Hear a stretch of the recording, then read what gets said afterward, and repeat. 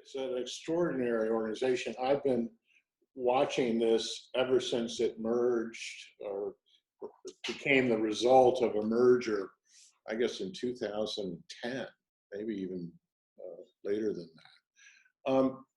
And I guess so there's a lot of things I still don't know about RiverArts. Me too. It is an extraordinary manifestation of what I think Chestertown is all about, which is this incredible pool of talented people. And I can't imagine how difficult it has been to organize that. And I think one thing that I have found in my role with RiverArts that maybe few people really experience is the vast sprawl and reach of the organization, because we have so many. I mean, first of all, we have 4 different locations. So right there, not everybody's in every place.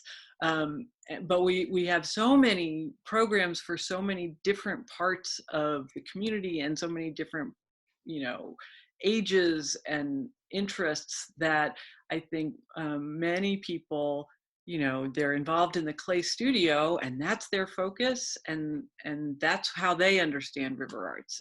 Somebody else might be, really into film and they're a film society member and they go to all the screenings and that's how they understand RiverArts.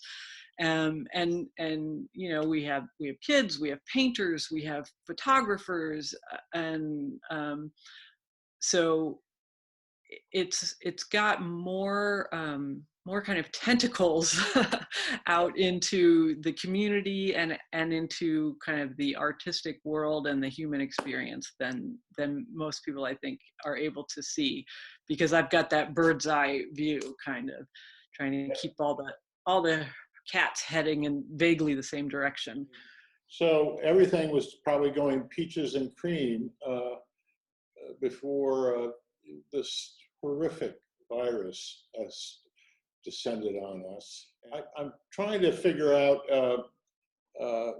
from arts organizations, how you can not only work with this very challenging situation, but in many cases, look at it as an opportunity as well. It's brand new to everybody, and certainly, we weren't expecting it. I think we were a little bit maybe ahead of the curve in recognizing the direction it was going, but I can't even. It's hard to remember 3 weeks ago when we thought, oh well, let's have First Friday. Our primary goals are, of course, to keep the organization afloat. We need to be able to reopen the doors when we're able to, and that's a major project, because up until now, all of our sources of income had to do with face-to-face interactions. You were taking a class, you were attending an event, you were working in the studio, or coming to the gallery to see the show, and all of that is now gone. But the secondary concern, which in many ways supports the first one, is to keep our community connected and to keep broadening our community.